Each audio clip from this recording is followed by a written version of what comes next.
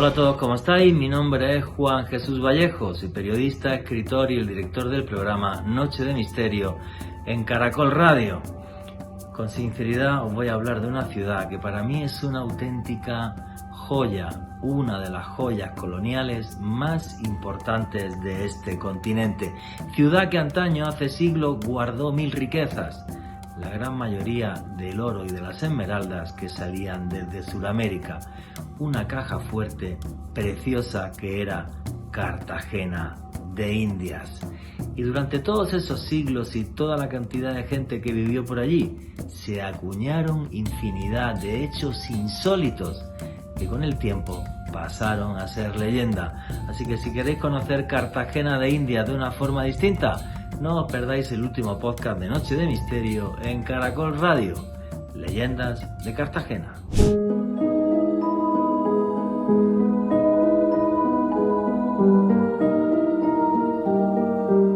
Calles de ensueño que se bañan en un mágico Caribe. Una ciudad colonial que es la perla no solamente de Colombia, sino de América. Un lugar lleno de mitos y leyendas. Por sus calles pasearon algunos de los personajes más importantes del siglo XX, sobre todo en cuestión de letras, como fue, por ejemplo, el magistral Gabriel García Márquez. Y no solo eso, Cartagena además es el emblema turístico de Colombia.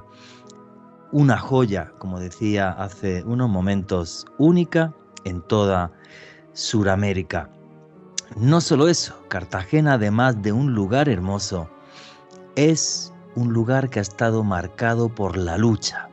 Primero, por la lucha entre españoles y británicos. En Cartagena de Indias se debatió y en Cartagena de Indias tuvo lugar una batalla que hubiera hecho que media Sudamérica hablase a día de hoy inglés y no español. Cartagena de Indias fue la primera ciudad que se levantó contra el imperio español pidiendo la independencia. Una ciudad repleta de historia, de magia, de leyendas. Una ciudad por la que realmente caminar es como estar despierto a la vez que uno está soñando. Un lugar único, con una historia también única, de la que hoy les vamos a hablar en estos especiales de Navidad, de Noche de Misterio, en Caracol Radio. Para mí, además, Cartagena es la primera ciudad de Colombia que conocí.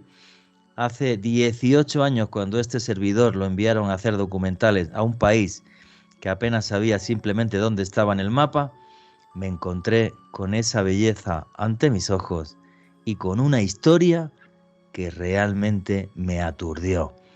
Un lugar único del que hoy, con mucho orgullo, les vamos a hablar. Buenas noches, noctámbulos. Mi nombre es Juan Jesús Vallejo. Los que queréis seguirme en redes sociales, mi Twitter es @JuanGVallejo, Juan J.E. Vallejo en Instagram y en Facebook, Juan Jesús Vallejo.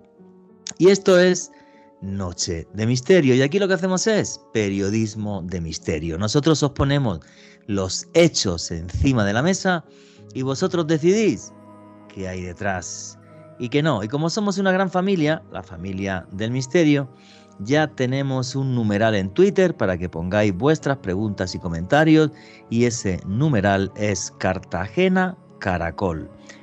Repito, Cartagena Caracol. Y ya sin más dilación, porque estos programas duran solo una horita, arrancamos sin más. Alejandro Bernal, amigo, compañero, ¿cómo estás? Juanje, un saludo para ti, para todas las personas que se suman en este momento a la señal en vivo de Caracol Radio y también a todas las personas que nos escuchan a través del podcast que publicamos a través del canal de YouTube de la emisora. También un saludo muy especial para nuestro invitado de excepción de este programa, el historiador y escritor Federico Herrera de Ávila. Va a ser un programa apasionante a través de una de las ciudades que ha quedado grabada en mi corazón, como lo es Cartagena de Indias.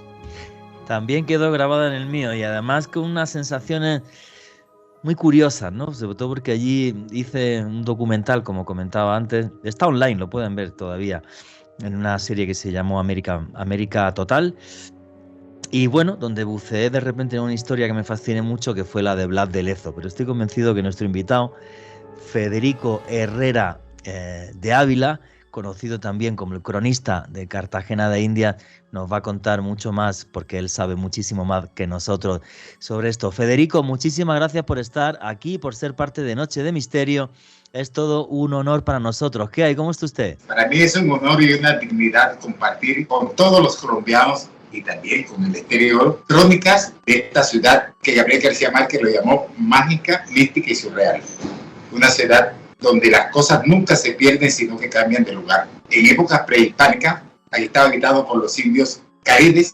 De hecho, la palabra Caribe en lengua arawak significa mar de las tormentas. Eso es Cartagena, un mar de pasiones, de tormentas, de sensaciones inefables, que se traducen a través de las tradiciones orales en verdaderos patrimonios culturales, como lo determinó la UNESCO en el año de 1984. Cartagena es patrimonio histórico-cultural de la humanidad. Pero este patrimonio no es nuestro. Este le pertenece a todo el mundo, porque aquí hay una mezcla, indio, blanco, negro. También hubo una transculturización y con ello la mezcla de la cultura.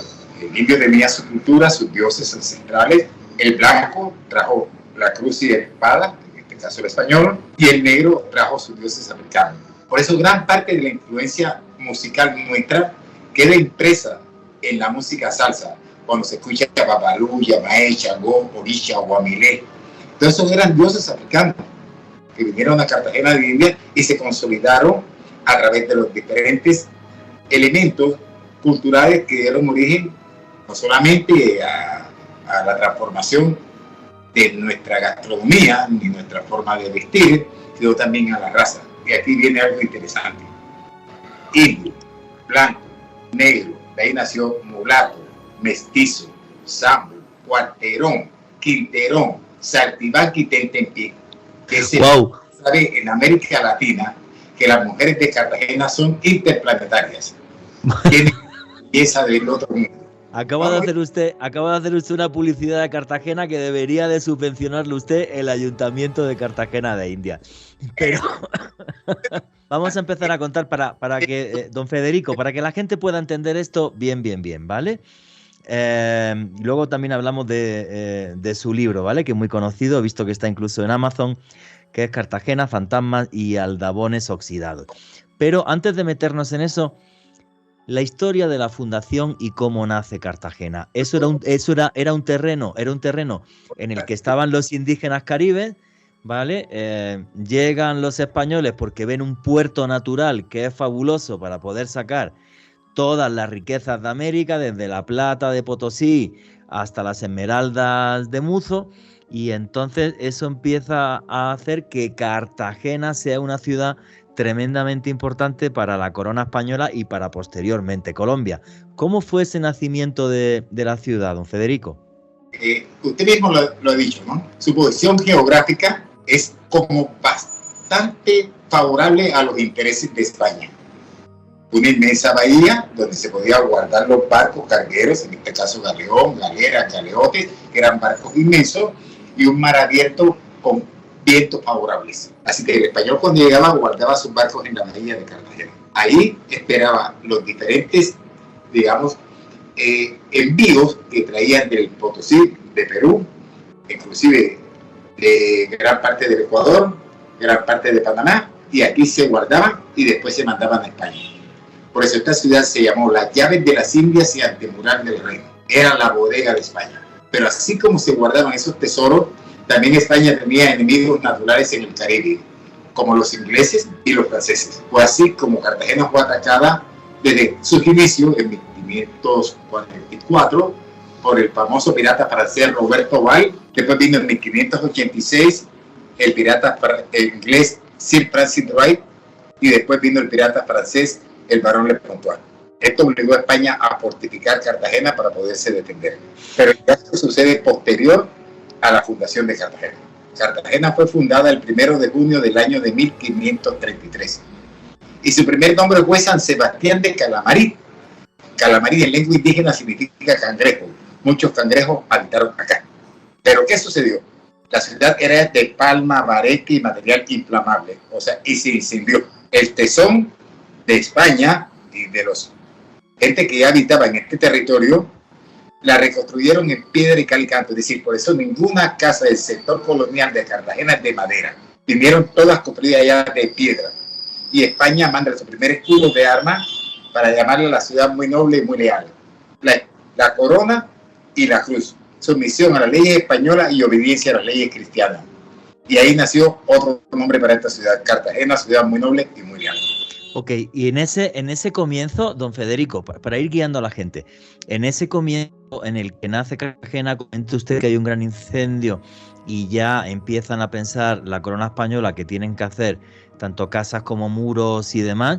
Desde un primer momento se vio Cartagena como un lugar clave porque guardaba muchísimas riquezas. Eso me imagino que haría que en la ciudad hubiera muchísimo comercio y la ciudad prosperara. Y luego además, por esa fortificación, tienen ustedes ahí el que ha sido hasta hace poco el mayor fuerte de toda Sudamérica, si no sigue siendo incluso todavía el más extenso, que es el fuerte de San Felipe de Barajas. Yo en los momentos aquellos en los que hice el documental, cuentan que Felipe II hubo un momento que miró desde el monasterio del Escorial y dijo, lo tienen que estar haciendo de oro, porque la plata que me está costando, eso es así. ¿Cómo fue esa historia, don Federico? Y yo le tengo el dato más curioso. Cogió un catalejo desde allá del Escorial, se inclinó en la punta de los pies y gritó, cojones, ¿dónde está Cartagena que no la veo?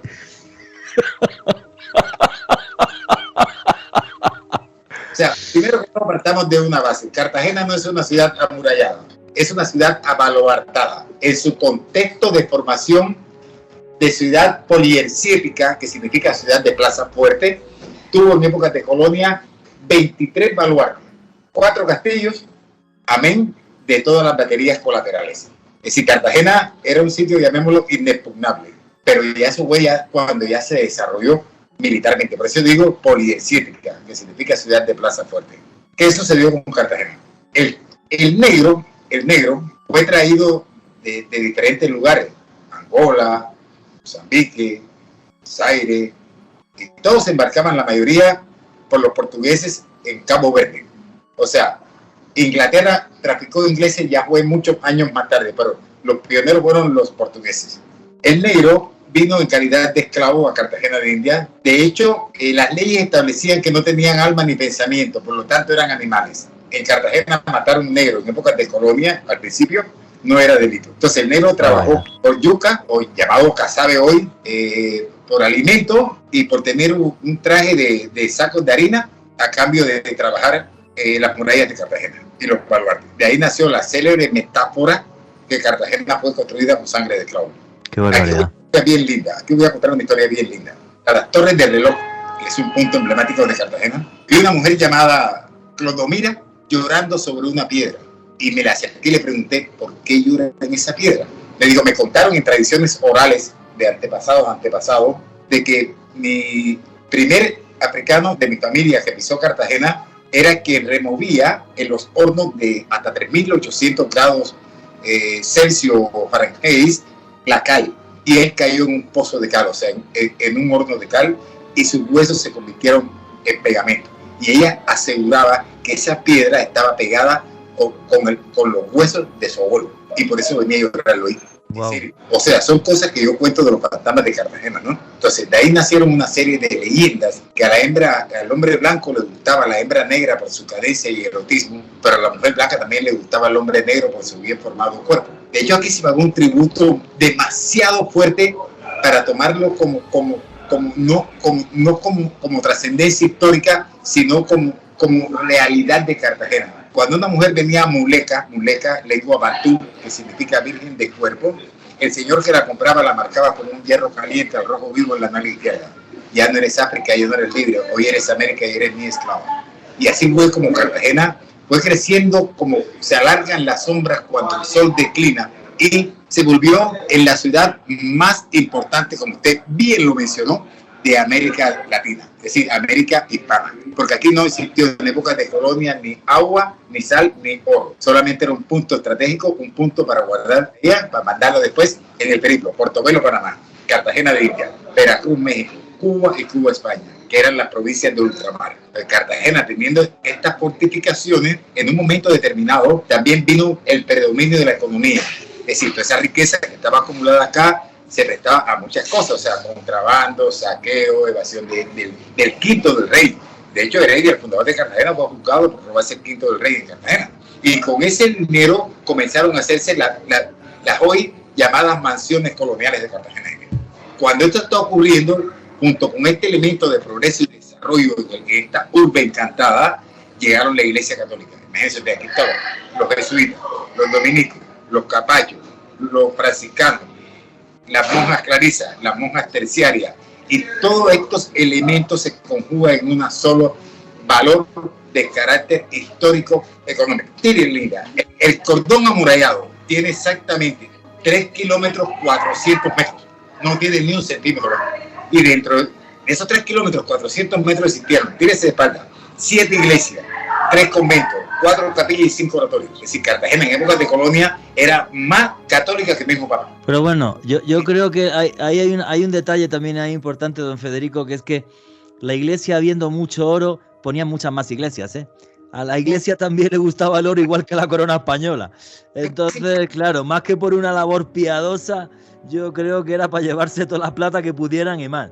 Dios me perdone y el Papa Francisco, pero es lo que opino, vamos. No, es que la verdad, imagínense usted que las grandes reliquias, los íconos o las imágenes religiosas que tenían baños de oro o las coronas de oro o las cruces de oro, era la forma más efectiva de cómo sacar de contrabando el oro sin pagarle tributo a España. Entonces la llevaban allá a España o a Europa en forma de cruz, pero una cruz de oro que allá no sé qué hacían con ella. O las esmeraldas iban incrustadas en las grandes coronas, como la lechuga, por ejemplo, que todavía existe en el Banco Bogotá de aquí de Colombia. Y así todo el saqueo, también hubo parte de ya, es que el contrabando nació con eso aquí. Por eso la gente en Cartagena todavía le gusta el contrabando. Yo creo que eso es de tradición.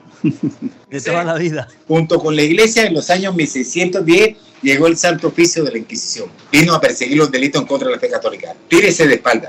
Oigan todos los que están escuchando este programa. Brujería, hechicería, apostasía, blasfemia, adulterio, hablar inglés, francés, eran delitos graves. O ser judío. Para saber si una mujer era bruja o no, la Iglesia Católica la pesaba en una balanza. Si pesaba menos de 50 kilos, le habría proceso porque podía volar como bruja, era liviana. Pero si pesaba más de 50 kilos, estaba cargada de pecados. El excedente de la Iglesia Católica en oro. Que eclesiásticas romanas fueron las famosas ordalías o juicios humanos. Y todavía, don Federico, hay un museo a día de hoy que se puede visitar sobre la Santa Inquisición, ¿correcto? De hecho, permanentemente llevo a los niños del patrimonio, a la gente del patrimonio, cuando viví en Misión de Ilustre, a la Inquisición, pero yo cuento la historia desde el ángulo y la perspectiva que yo lo veo, no desde el método ortodoxo de la Academia José Vida. Hablar lo que yo entiendo como tal después de reflexionar profundamente sobre los tratados históricos que existen. Por ejemplo, cuando un hombre negro miraba a mujer blanca con ojos de macho en celo, el hombre blanco le costaba su ponzoñoso miembro viril. Por eso Cartagena de India tuvo la mayor cantidad de castrados. Qué barbaridad. Eso no era barbaridad, para la época era normal. ¿Okay? Sí. El más grande de los traficantes negreros, y esto es muy interesante que lo voy a reseñar ya que vamos a hablar de fantasmas, ¿okay? El marqués de Valdehoyos, Fernando de Hoyos, encontró a su propia esposa apareándose o enhorcajadas con un vigoroso negro en las delicias de una alberca llena con leche de cabra. Cogió al dichoso negro, le amarró las manos, le cortó las piernas y lo paseó por las polvorientas calles del distrito amurallado hasta que el negro se desangró. Se dice en los oídos y en los secretos de esa casa que se escuchan todavía los gritos del negro, pero también se escuchan los quejidos de placer de doña María Teresa Tomasa.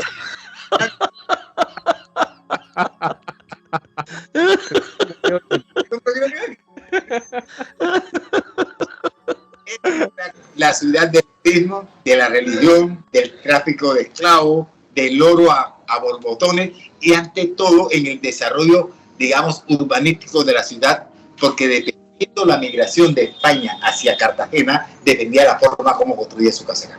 Por eso que hay casas andaluzas, hay casas gallegas, hay casas de Islas Canarias, etcétera, etcétera, etcétera. ¿Sí? Pero la conformación urbanística de Cartagena es bastante promiscua. Hay de todas partes de España. Muy pocas casas acá, creo que hay 2 más inglesas caribeñas. El resto son puras españolas. Está perfecto y la historia que nos ha contado me parece fabulosa. Don Federico, nos está usted pintando de una forma magistral la historia de Cartagena, viéndola, pues eso, una ciudad que se conforma con ese puzzle de culturas, con lo indígena, con lo español, con lo afro, y eso además agrégale el montonazo de plata y de oro que salía de Cartagena y que se movía en Cartagena, lo que la hace una ciudad muy, muy particular. Correcto. Y de hecho, vamos... no se lo olvide, que hubo marquesados, hubo condados, hubo virreyes. O sea, Cartagena era, digamos, la consentida de España en América. O sea, aquí era, de hecho, todavía es la hora que hay algunos distingos sociales donde predomina más el concepto de aristocracia o aristócratas que todavía inclusive imitan el ceseo sevillano, o sea, el ceseo, sí, el acento andaluz, sí. El andaluz ese sevillano, ese. ¿Sí? Bueno, aquí viene otro dato bien importante, ¿sabes? Cuando todo esto está ocurriendo, Inglaterra le declara la guerra a España. No lo declara sino para también tener participación en el botín que España está disfrutando de América, con la creencia de que Inglaterra también tiene colonias en América. Es que América, Centroamérica, por ejemplo, América Caribe tiene ingleses, holandeses, franceses, italianos y españoles, lógicamente. Y sucedió algo interesantísimo, ¿sabes? La logia de los masones. La masonería jugó un papel supremamente importante acá. George Washington fue masón. Benito Juárez, masón. Simón Bolívar, masón. José de San Martín, libertador de Argentina, masón. Y Bernardo O'Higgins, libertador de Chile, masón. Y Francisco de Paula Santander, masón. Entonces la logia masónica, que tiene fortaleza grande en Jamaica, que es inglesa, se acumuló allí. Y de ahí nació la filosofía de las libertades en América y la ayuda logística para lograr ese propósito que evidentemente más tarde logró Simón Bolívar. Efectivamente, y bueno, un día podríamos hacer un programa de eso y lo invitamos, cómo los masones cambiaron el mundo, porque George Washington era masón y 52 de los 56 firmantes de la Declaración de Independencia de los Estados Unidos eran masones, 52 de los 56. O sea, está claro que el mundo moderno, nos guste más o menos o regular, pero se lo debemos a la masonería, a la democracia y la república moderna, sí. Es muy interesante. Dice usted que Estados Unidos no se independiza de la esclavitud, sino del sometimiento comercial. En América, el primer país que se libera de la esclavitud se llama Haití. Juanje, y es que aquí hay algo muy interesante sobre lo que nos está comentando el profesor Federico Herrera de Ávila, y es que de acuerdo a muchos expertos, sin lugar a dudas hubo una gran influencia de la masonería dentro de las luchas independentistas y revolucionarias que se fraguaron aquí en esta parte del mundo. Algunos de estos estudiosos afirman que bajo estos grupos o logias muy cerradas se inocularon pensamientos liberales que suscitaron revoluciones en buena parte de estas naciones que hacen parte de Sudamérica. Por ejemplo, si nos vamos a centrar en esta parte del mundo, en naciones como Venezuela, Cuba o la misma México, por mucho tiempo las ideas que eran expuestas en estas logias en las que hace siglos se reunían masones, se promulgaron leyes con profundos ideales masónicos, como lo fue por ejemplo la Ley Juárez, que lo que hacía era retirar al clero de la administración en aquel entonces de los cementerios o panteones y legarle el control y el llenado del registro de nacimientos, en este caso al gobierno vigente, hasta cierto punto descentralizar hasta ese entonces ese tipo de gestiones de la iglesia y otorgárselas al gobierno. Por ejemplo, hay un hecho histórico muy interesante que tiene que ver con México, Juanje, profesor Federico y oyentes, y es que en el puerto de Veracruz en México, que era hasta hace varios siglos una infraestructura eclesiástica que fue abandonada, pues resulta que se le donó a la Gran Logia Unida de esta zona para que pudieran realizar sus velaciones y ceremonias iniciáticas en este lugar. Es tan así que el general Porfirio Díaz, quien era un reconocido masón, donó un inmueble de gran valía en la Ciudad de México para que se pudieran instalar oficinas y un templo del Supremo Consejo Masónico en este país. Ahora bien, hay un ejemplo que me parece aún más plausible y es la incidencia de la masonería en la guerra de independencia en Venezuela, al menos así lo registran algunos historiadores de ese país, y es que para ellos algunos masones durante el siglo XIX hicieron parte dentro del ejército separatista, es decir, dentro del ejército independentista, como también de las fuerzas realistas que llegaron con el general Pablo Morillo para realizar un proceso que se denominó como la pacificación durante la Reconquista. Así que, de acuerdo a la tesis de varios de estos expertos en la historia de nuestra hermana República Venezolana, los masones hicieron parte tanto del ejército de Simón Bolívar como el de los españoles, liderado por el general Pablo Morillo. Continuamos con Colombia Mágica.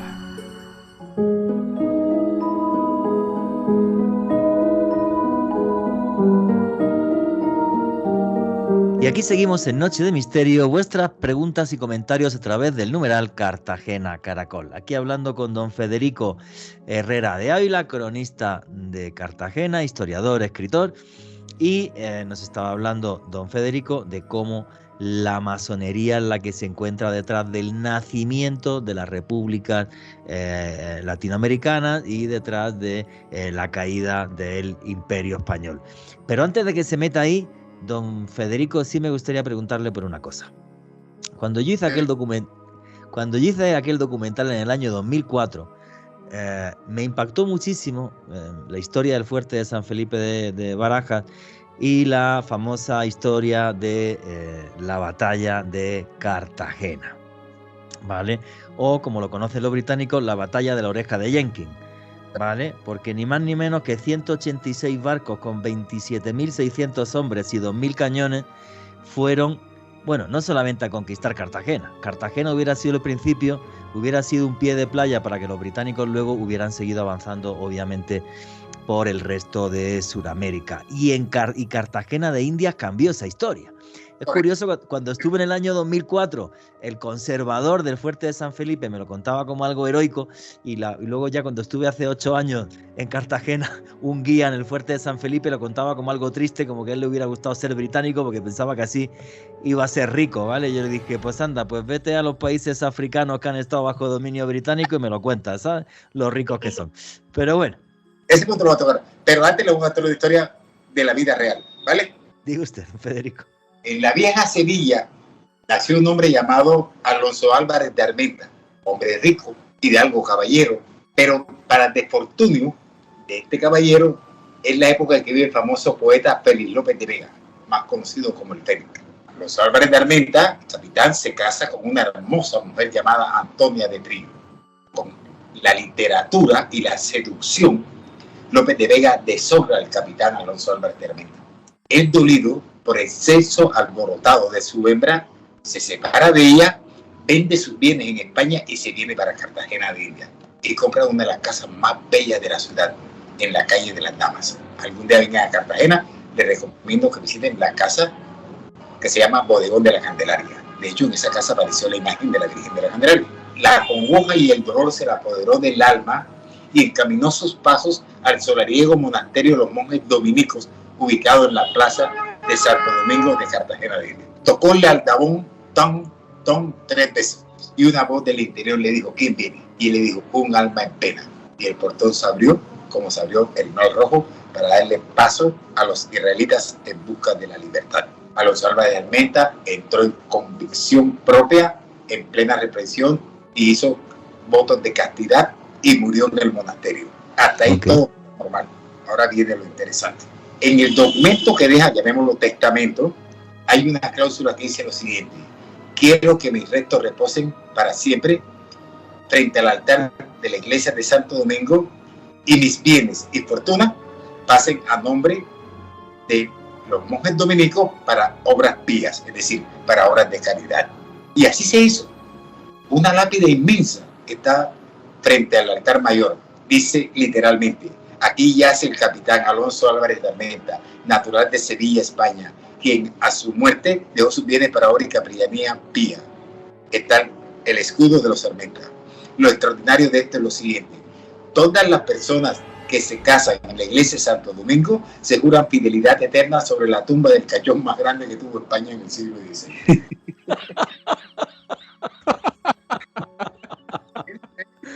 Dios santo. Dice que el fantasma de este hombre merodea en ese sitio cuando hay matrimonio en Cartagena. ¿En serio? ¿En serio? ¿En serio?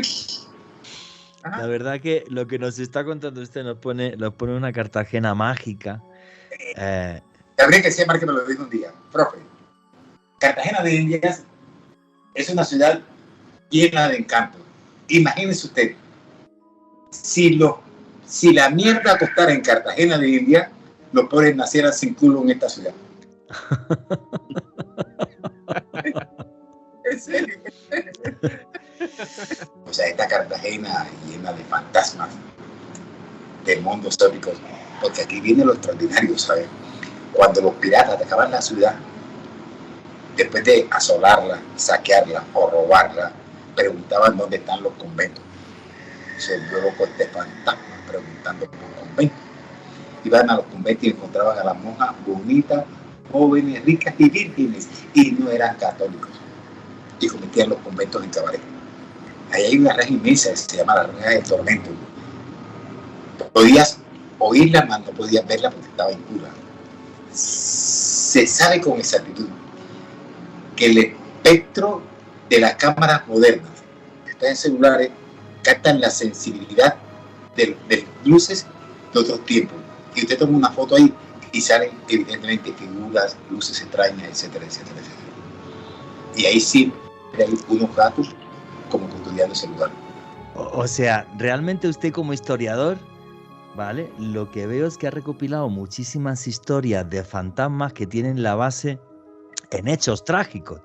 Hechos trágicos como los que está usted narrando, como los abusos sexuales que se daban, por ejemplo, por parte de los piratas con la monja, o los abusos que había en contra de la población afro.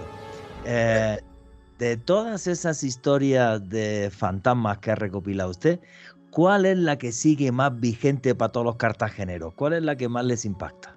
Bueno, aquí hay una historia que Gabriel García Márquez recrea en el Hotel Santa Clara, donde en el momento en que se convierte en hospital, porque el Hotel Santa Clara fue el hospital, fue el anfiteatro del Hospital Oficial de Cartagena. Cuando iban a transformarlo para llevarlo a una unidad médica mucho más importante, Gabriel García Márquez lo mandaron como cronista en Cartagena, el director del periódico El Universal, don Clemente Zavala, y él se encerró en las catacumbas. Y ahí se recordó que a una niña le había crecido después de muerte el cabello 22 metros. Y es cuando él encuentra la mortaja de una monja, no sé, una niña o una monja muy pequeña que le había crecido el cabello después de muerte. Y es cuando escribe El amor y otros demonios. El amor de los tiempos de Correa. Eso lo escribió Cabo ahí. Desde ese día, en el Hotel Santa Clara, cada noche, fíjense el espacio de cada noche, salen, digamos, actores, llamémoslo así, con trajes como los monjes, con incienso para exorcizar el lugar. Y da una sensación de que ahí todavía conviven los fantasmas que merodean en Cartagena. Hotel Santa Clara, que antiguamente ¿qué era, don Federico? Esto de las monjas clarisas y más tarde el hospital de Cartagena, el hospital Santa Clara. O sea, ahí salen los fantasmas eso, y por la noche hacen exorcismo. Salen monjes vestidos a hacer exorcismo. ¿Ok? Si algún día vas a Cartagena, pégate ahorita por Santa Clara y verás que lo que digo yo es verdadera. Oiga, pero el hecho de que aparezca como tanto demonio por Cartagena no significaría a lo mejor que es que había unas mujeres tan hermosas que el demonio estaba acampando allá a sus anchas, porque yo recuerdo también la primera vez que fui a Cartagena que hay una leyenda de que el demonio estaba en un cerro y del cerro lo tiraron, o no sé qué historia, algo así. ¿Cómo es esa historia, don Federico? Espera, qué buena observación. El cerro más alto que tiene Cartagena se llama La Popa. tiene 150 metros con relación al nivel del mar.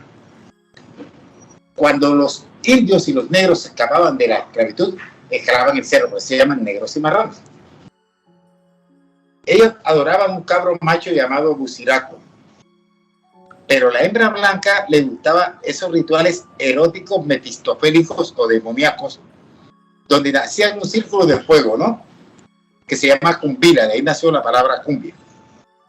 Cuando la hembra blanca subía al cerro, los negros y los indios la recibían, pero en el fondo de su corazón había odio y resentimiento.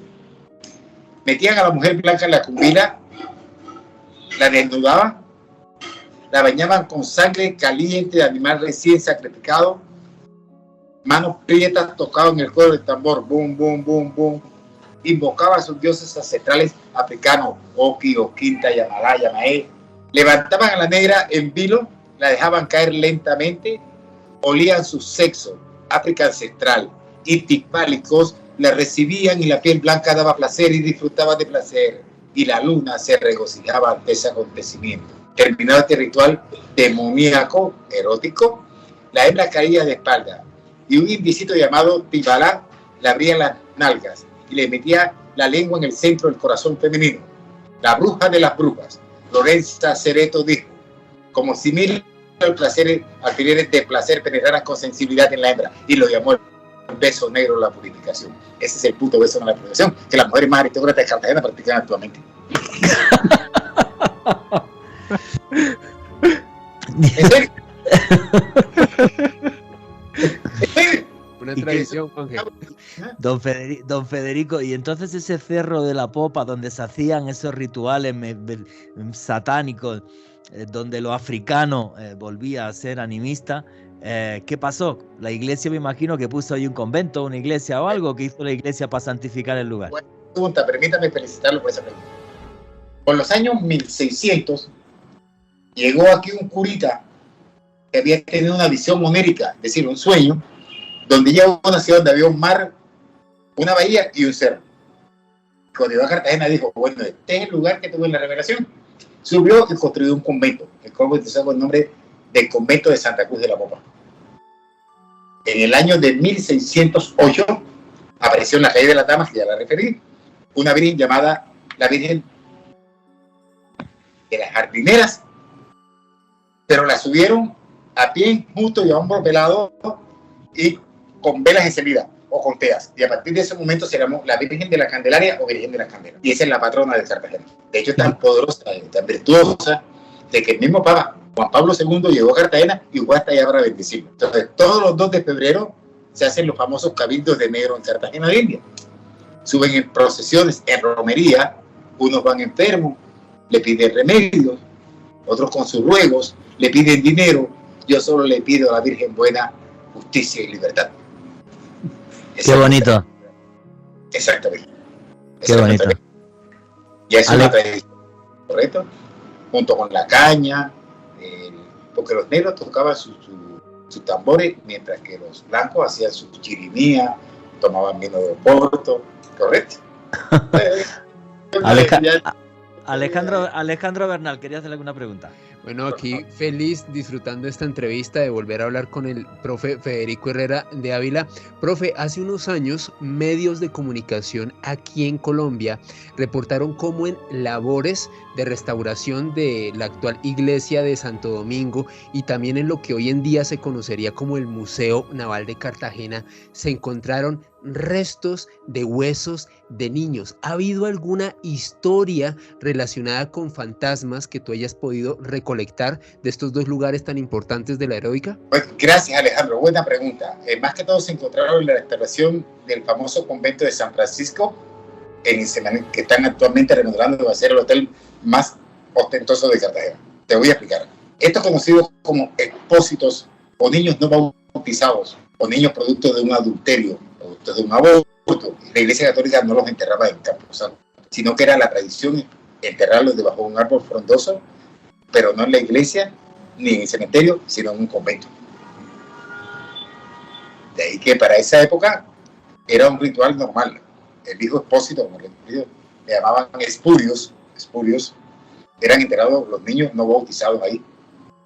Así que no es de extrañar de encontrar restos óseos de niños, ¿no?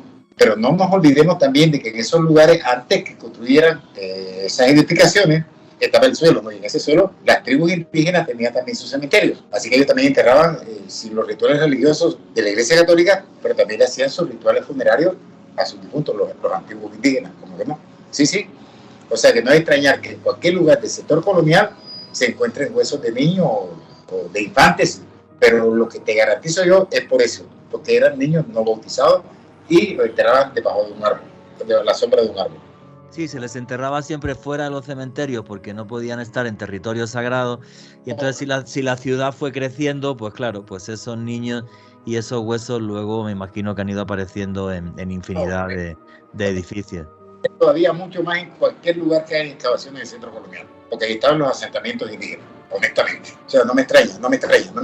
¿Eh? Lo que sí sé es que más tarde, con el advenimiento de Pablo Murillo, con la cantidad de muertos, imagínate de que los muertos fueron tantos que los boleros, los gallinazos, se especializaron solamente en comerse el hígado de las víctimas. Así era tanta la mortandad. Wow. Además, mataba en Boca Chica y arrojaba a la bahía, y en el Fomento de la Merced. Según dice la estadística, en esa época hubo más de 8.000 muertos. Bastante para esa época. Pero la población no pasaba de 20.000. O sea, más de casi la mitad de la población. Sí. Dime. Yo recuerdo cuando hice aquel documental que me comentaba el arqueólogo, que me decía que bueno, pues que Cartagena es una auténtica maravilla, pero que las condiciones de vida en la época de la colonia eran muy duras porque además había muchísimas enfermedades tropicales. Entonces que la esperanza de vida era realmente corta, o sea, era una maravilla de ciudad, pero la esperanza de vida corta, pues porque había muchas enfermedades tropicales y la medicina pues no había avanzado como la tenemos hoy día. Magnífica reflexión. Permítame su anuencia. El indio prehispánico no tenía aljibe ni acueducto. Ellos cavaban y a zona freática, o sea, a 1 metro, salía agua, se llamaban cacimbas, y el agua emanaba de forma natural, pero era agua salobre y bacteriada. Pero culturalmente y de generación en generación, el indio asimiló esa agua y podía beberla sin que le causara estragos gastronómicos o físicos. Pero cuando el español la tomó, las amebas se lo comieron vivos. Esa fue una de las venganzas del indio. Toma agua, ¿quieres agua? Bebe agua. Al indígena no lo mata el agua, no es verdad. Al indígena lo mata, como usted bien lo anunció, las enfermedades endémicas de Europa, la viruela, la sarampión, la gonorrea y la sífilis. Las indias nuestras eran zungas. Zunga significa que no tenían pelos ni abajo ni pelo en los sobacos. Entonces, indias de 28 o 26 años, para el español eran niñas, ya que no tenían vellos y eran apetecidas sexualmente. En la transmisión sexual, el indio era promiscuo. El indio no era monógamo, ¿no? Entonces, un indicito, una india que era pringada con gonorrea o gonococo o sífilis, le pegaba al indio y el indio a la india y la india a la otra, y así sucesivamente.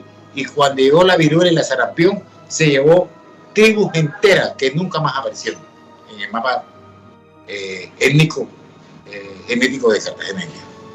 Sí. Bueno, eso fue en toda América, o sea, las enfermedades traídas de Europa acabaron con más del 80% de la población del continente, aunque no podemos saberlo. De todas formas, don Federico, usted nos ha pintado una Cartagena con unas mujeres tan sensuales que lo de ser monógamo es complicado. Incluso a día de hoy, ¿se puede ser monógamo o no? No, yo manejo un concepto que el hombre, entre más quiera a su esposa, mejor trata a su amante. Oye, ¿qué sucedió con toda esta vaina? Como dije inicialmente, España estaba gorda, pletórica, de las riquezas de América. De hecho, Potosí significa cerro rico, ¿no? Sí. Y todo venía de Cartagena y se acumulaba acá. Sí. América es demasiado grande y todo parece indicar que hubo como especie de un desafío o una riña entre soldados ingleses o marineros ingleses y españoles, y un soldado español le cortó la oreja a un, llamémoslo marinero, a Jenkins. Y entonces le dijo, coge, llévale a tu rey esta oreja, y le dice que le va a pasar lo mismo y se mete con España.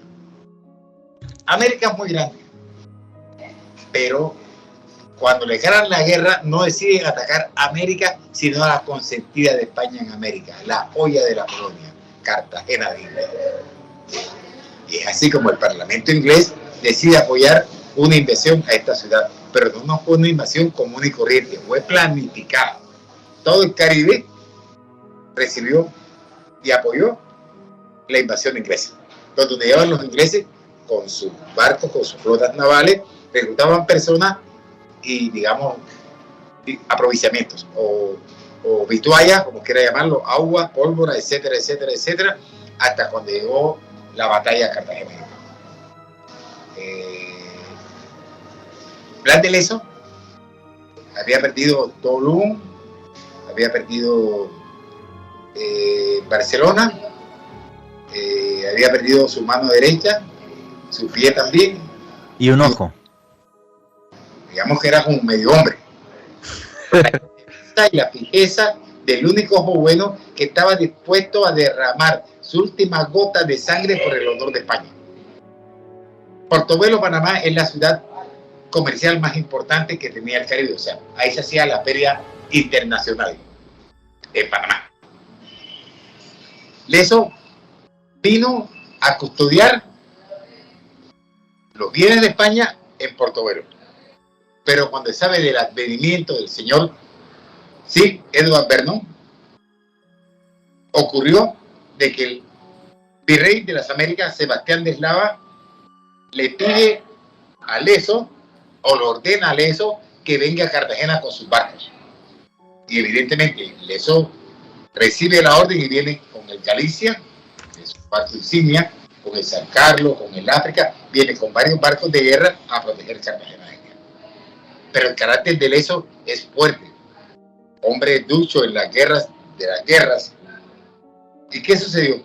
Hubo una enemistad patética entre Lezo y el señor virrey de las Américas. Y Lezo fue el que ganó la batalla y se llevó la gloria al virrey, que no hizo absolutamente nada, efectivamente. Como todos los políticos, es un ladrón, básicamente. Ya, buena observación. Allá voy allá. Lezo hace toda la estrategia, pero Eslava es el virrey. Y todo parece indicar que hay una batalla y Lezo está en un barco y una bala, bomba, impacta el barco y las astillas de madera se le incrustan en la otra pierna que tiene Lezo. Ahí sí quedó lindo. Y murió más tarde. No participa. Don Federico, es que, disculpe, es que no tenemos tiempo. Yo le emplazo otro día, ¿vale? A que hagamos un programa solo sobre la batalla del Caribe, porque tiene muchísimo que hablar, toda la historia de Blas de Lezo. Es un tema muy polémico a día de hoy, porque como ahora la historia, por desgracia, se ve con intereses partidistas, pues unos dicen que Lezo hizo tal, otros dicen que no, otros que... Bueno, y es un lío. Pero bueno, oiga, es que nos falta un minuto. Entonces, en 10 segundos, don Federico, ¿cuál sería? Diga usted. Después muerto Lezo, nunca se supo dónde estuvo su cuerpo. Eslava, las fundaciones allá de Lezo, en España, está pagando hasta $300,000 que diga dónde está el resto de Lezo. Jamás apareció. Bueno, eso un día hacemos un programa, pero don Federico, en 10 segundos, ¿cuál es su rincón favorito de Cartagena, donde le encanta sentarse simplemente a disfrutar de su ciudad? Bueno, el punto que más me gusta a mí de equilibrio es el Parque de Bolívar. Parque de Bolívar. Listo. Ahí se confunde el rico, el pobre, se escucha la música salsa, se escucha el latin jazz, se escucha la cumbia, las mujeres danzantes mapaleras, y además está el epicentro, que es el gobierno, la Inquisición y el Concurso Nacional de la Belleza, más la catedral. Y cuando vienen los turistas del mundo, las mujeres más hermosas que visitan Cartagena pasan por el Parque de Bolívar y la brisa de diciembre le levanta la falda. Y usted se da un placer del carajo viendo diciembre con su pistolera, mujeres. Don Federico, quiero darle las gracias por la participación en el programa de hoy. Y lo que me encantaría es tomarme un día un par de cervezas o un par de guaros con usted, charlando allí sobre Cartagena tranquilamente. Muchísimas gracias por ser parte de Noche de Misterio. Recomendadísimo el libro de don Federico, Cartagena, Fantasma y Aldobones Oxidados. Termino diciendo, bonito comer con hambre, bonito beber con sed, pero más bonito cuando un hombre se le entrega a una mujer. Ole, muchas gracias, que tenga usted feliz Navidad, un fuerte abrazo. La buena para ti, la buena para todos los colombianos y todos los oyentes de este programa desde Cartagena de India. Les pongo el sol amarillo en sus espaldas para que todos sus días sean de alegría y de éxito. Cartagena de India. Y si no me creen, vengan y les cuento. Alejandro Bernal, tus conclusiones y tu cierre, amigo. Juanje, feliz de haber compartido este rato de historia, de curiosidades, de picaresca con el profesor Federico Herrera de Ávila. Realmente me siento muy feliz de este dossier que desarrollamos sobre Cartagena de Indias, la mítica heroica aquí en Colombia. A propósito, los invito a que conozcan mi canal de YouTube, Mandrágora Misterios, donde hace unos meses tuve la oportunidad de dialogar también con el profe Federico Herrera, y también me pueden seguir en redes sociales, en Twitter, Instagram y TikTok en @alebernalpress con doble S. Y nunca olviden que vivimos en un mundo mágico porque está repleto de misterio.